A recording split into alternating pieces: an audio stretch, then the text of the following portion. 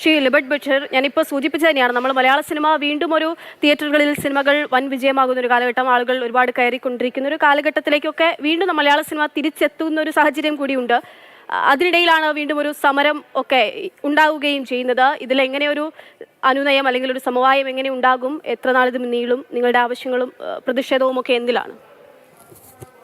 തീർച്ചയായിട്ടും ഇത് ചർച്ച ചെയ്ത് എടുക്കുന്ന തീരുമാനമാണ്. പെട്ടെന്ന് ഒരു സമരം പ്രഖ്യാപിക്കുക ഇപ്പോൾ ഏറ്റവും നല്ല സീസണാണ്. മലയാള സിനിമയുടെ ഏറ്റവും നല്ല സമയമാണ് ഇപ്പോൾ അടുത്ത ഈ വർഷം തുടങ്ങിയ മുതൽ എല്ലാ പടങ്ങളും നന്നായിട്ട് ഓടിക്കൊണ്ടിരിക്കുന്ന സമയമാണ്. ജിയോക്ക് പറയുന്ന കാര്യങ്ങളിലും 100% ശരി തന്നെയാണ്. പക്ഷെ എങ്കിലും കൂടി സമരത്തിലേക്ക് എടുത്തിയാടിയിട്ട് എനിക്ക് വ്യക്തിപരമായിട്ട് അഭിപ്രായമില്ല.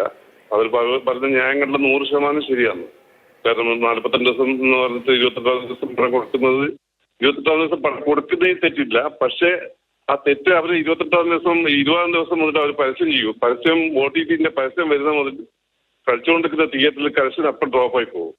കാരണം എത്ര നന്നായിട്ട് പോകുന്ന പടങ്ങളും ഒരാഴ്ച മുമ്പ് തന്നെ പരസ്യം ചെയ്ത, ഒരാഴ്ചയുടെ 10 ദിവസം മുമ്പ് തന്നെ അവർ പരസ്യം ചെയ്യും.